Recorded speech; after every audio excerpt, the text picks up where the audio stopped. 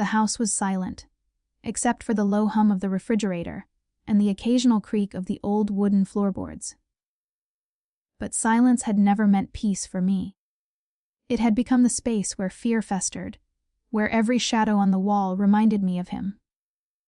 My husband, the man I had once loved with every fiber of my being, had become a stranger whose hands could bruise and whose words could cut deeper than any knife. It had started slowly, as most things do. A sharp word here, a dismissive glance there. I told myself it was stress, exhaustion, the pressures of life. But the pattern emerged, unmistakable and cruel. The insults became louder, the criticisms harsher, and eventually, the bruises appeared, not only on my skin but on my soul. Each time he lashed out, I found myself shrinking a little more, retreating into a corner of my own home, my own mind, until I was almost invisible. Tonight had been worse than usual. A trivial disagreement about a forgotten bill had escalated quickly, his anger igniting like gasoline. His hand had found my arm, my shoulder, and then my cheek, leaving a stinging reminder of his control. I had tried to fight back verbally, to reason with him, but words were futile. His eyes, once warm, now burned with a possessive fury I no longer recognized. I could feel my heart hammering against my ribs as I stumbled backward, my body trembling, not from cold, but from terror and rage, so tightly wound together that they became indistinguishable. I wanted to scream, to call for help, but the fear that he would escalate made my throat tighten. I had learned long ago that silence was my shield, my only defense against the unpredictable storm of his wrath. When he stormed out of the room, muttering curses under his breath, I stayed on the floor for a long moment, trying to steady my breathing. I traced my hand over the red mark on my cheek, the sting both physical and symbolic. How had it come to this? The man who had whispered promises of forever in my ear had turned into a master of torment. The betrayal was more than his violence. It was that I had once trusted him completely, offered him my love, my heart, my very self, only to have it trampled in silence. I finally dragged myself to bed, moving with quiet deliberation, so as not to provoke any further confrontation. I lay there, staring at the ceiling, listening to the distant hum of the city outside, feeling a strange mixture of despair and clarity. I realized, in the stillness, that I could no longer allow this to continue. But the path forward was uncertain. Anger simmered beneath my skin, but fear still whispered that I was powerless. Yet, amid the pain and heartbreak, a small ember of resolve sparked within me. Perhaps it was not about confrontation, not about vengeance in its crude, obvious form. Perhaps true power lay in patience, in strategy, in the quiet reclaiming of myself in ways he would never anticipate. I could almost imagine it, an unexpected twist, a reversal of roles, a moment where I could rise from the ashes of his cruelty and assert my worth. For now, I let the night swallow me in silence. Tomorrow was another day. Tomorrow, I would start planning, and this time, it would be on my terms. And as I closed my eyes, exhausted and weary, a strange sense of calm settled over me. For the first time in months, I realized that while he might control the present, he could not dictate my future. That power, I understood, was mine alone to reclaim. Morning light crept through the thin curtains, painting soft streaks across the bedroom. I woke before him. As I often did, my body still aching from the previous night's confrontation. But unlike the nights filled with fear and trembling, this morning carried a strange sense of purpose. The bruises on my arm had faded into faint purple reminders, but the anger and determination simmered stronger than ever. Today, I decided, would be different. I rose quietly, careful not to make a sound. Each step was deliberate, measured, a silent defiance against the chaos he brought into my life. In the kitchen, I began to move with precision, pulling out ingredients and arranging them with care. Flour, eggs, sugar, and butter, the smell of vanilla, cinnamon and chocolate chips, each measure, each stir, felt like a reclamation of control I had long been denied. Cooking had always been a refuge for me, a place where creativity and calm could coexist. Today, it became a tool for something else, a weapon wrapped in sweetness. I hummed softly to myself, a quiet lullaby of focus, as I prepared pancakes and pastries, fruit platters, and little jars of honey and jam. The kitchen filled with warmth and aroma, and yet, beneath it all, a careful tension lingered. Every detail mattered: the arrangement of the table, the balance of colors and textures, the sense of abundance that would lure him into complacency. He would walk in, see the spread, and think I had forgiven him, that I had returned to the timid, quiet version of myself he preferred. Little did he know how meticulously this was planned. As the pancakes browned perfectly on the griddle, I thought about the past. The smiling photos now tucked in drawers, the promises that had dissolved into slaps and insults. My heart tightened at the memory of the betrayal. But the tightness was no longer just fear. It was fuel. Fuel for patience, for cunning, for the quiet storm I was brewing. For the first time in months, I felt a sense of agency. I was no longer a passive participant in his tyranny. I was plotting, yes, but in a way that allowed me to maintain my composure, to hide my intentions beneath sweetness and domestic normality. I set the table with care, arranging the treats as if preparing for a celebration rather than a reckoning. There were pancakes stacked high, golden and fluffy, dusted lightly with powdered sugar.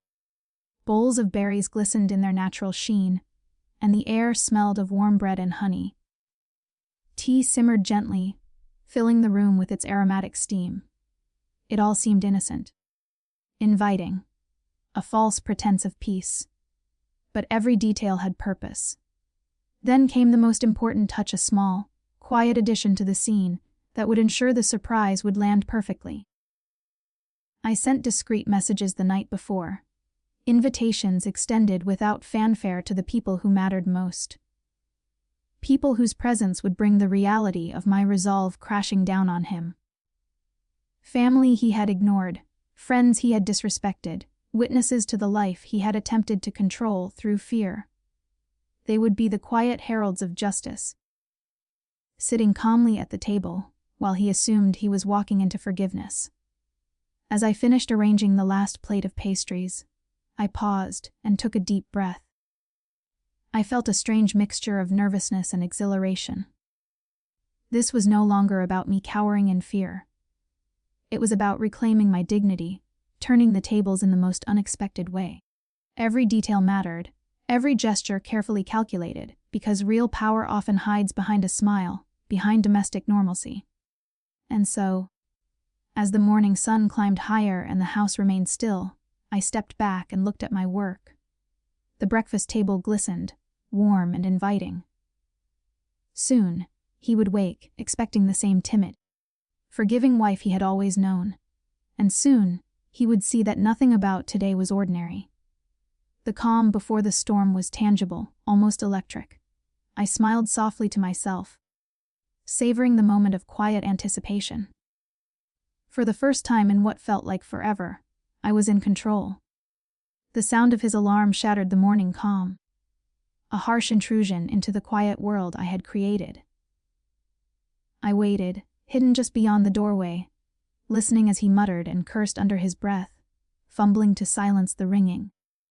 The moment stretched, heavy with anticipation. Today, he would see what he had never expected, what I had carefully orchestrated in the shadows of fear and betrayal. When he finally emerged from the bedroom, rubbing the sleep from his eyes, the first thing that hit him was the smell. Sweet, warm, and inviting. The aroma of freshly made pancakes, pastries, honey, and tea filled the air, wrapping the entire house in a deceptive sense of peace. His steps slowed as he approached the kitchen, and I could almost hear his thoughts. She's cooking for me. She forgave me. Maybe she finally understands. His voice, when he spoke, was laced with smug relief. Good, he said, forcing a smile. You finally understood. I remained in the shadows, allowing the illusion to settle, watching him as he approached the table. He paused, scanning the spread, and for a moment, he allowed himself a small sense of triumph. But then, his eyes shifted, and everything changed. The first figure emerged from behind the counter, my older sister, whom he had humiliated during last year's family gathering, silently observing. Then came my closest friend, the one he had ridiculed for supporting me through every argument, every bruise, every sleepless night. Each step they took toward the table was calm, deliberate, a quiet assertion of solidarity. My heart raced, not with fear, but with satisfaction. He froze, his jaw tightened. The confident, dismissive expression he had worn for years faltered, replaced by confusion, then panic. He scanned the room, realizing slowly that this breakfast was no longer just a domestic gesture. It was a stage, a trap, and he had walked straight into it. "What?" he stammered, his voice faltering. He looked at me, expecting perhaps a sheepish apology or tears, but I remained calm, seated gracefully at the head of the table, a serene smile on my lips.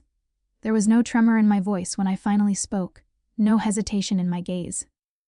"Good morning," I said softly, deliberately. "I thought it was time you truly saw who has always been here, supporting me, even when you tried to break me." The air was heavy, charged with tension. The people around the table met his gaze steadily, no fear in their eyes, only the quiet authority of those who knew the truth. He tried to regain control, opening his mouth to speak. But no words came that could undo the magnitude of what he was seeing. I gestured toward the spread of food, toward the faces that had quietly reclaimed the space alongside me. "Every bite here was made with care," I said, "just like every moment I have spent reclaiming my life. You assumed this was forgiveness, but it's more than that. It's a statement. It's the calm before the storm you never saw coming." His breathing grew heavier, his eyes darting between the pancakes, the pastries, and the assembled witnesses. He opened his mouth again, but his voice caught somewhere between disbelief and fear. For the first time, he felt powerless, exposed. The house no longer belonged to him. The table was mine, the moment mine, the statement mine. And as the silence stretched, broken only by the soft clinking of cutlery and the quiet hum of the morning, I realized that my plan had worked perfectly. The illusion of submission had lured him into a trap of awareness, and there was no turning back. Today, the scales had shifted. For the first time in what felt like a lifetime, he was not the one in control. And I, sitting there with quiet dignity, surrounded by allies, and supported by my own courage, felt a surge of something I hadn't felt in years: liberation. The room was thick with tension, every eye fixed on him. He had expected silence, submission, or perhaps tears. What he did not anticipate was the quiet strength radiating from me, the calm precision in every movement I made, and the people surrounding me who had quietly become my witnesses, my support, and, in their own way, my silent allies in this reckoning. I took a deep breath, savoring the moment before breaking the silence. "You thought today would be like every other day," I said, my voice soft but clear, cutting through the stillness like a knife. "You thought I would cower, that I would forgive and forget. But you have underestimated me. You always have." He opened his mouth, but no words came. His face, once confident and assured, had crumbled into disbelief. The arrogance that had defined him for so long was gone, replaced by a raw, exposed vulnerability. For the first time, he realized he was powerless, and the weight of his past actions pressed down on him like never before. "I prepared this breakfast," I continued, gesturing toward the table laden with pancakes, pastries, and fruit, not as a peace offering, not as a truce, but as a symbol of the life I have chosen to reclaim. Every ingredient, every detail, every moment spent creating this was a step toward my freedom, a declaration that I am no longer yours to control. the people seated at the table. My sister, my closest friends, even a few distant relatives who had quietly witnessed the ways he had belittled and humiliated me, exchanged small, meaningful glances. They were here not just as support, but as proof. Proof that the man who had tried to dominate me could no longer dictate the narrative of my life. He finally found his voice, a trembling whisper that failed to mask panic. I didn't mean. I cut him off gently, yet firmly. Intentions don't erase actions, I said. Your apologies, your excuses, your violence, they cannot undo the pain you caused. You had power over me before because I allowed it. Today, that changes. Today, I reclaim what is mine. The room seemed to hold its breath as I stood, walking slowly around the table, letting my presence fill the space he had once dominated. He flinched slightly, as though he instinctively knew that his era of control had ended. I stopped in front of him, looking directly into his eyes, and for the first time, I felt no fear. Only clarity, strength, and the thrill of liberation.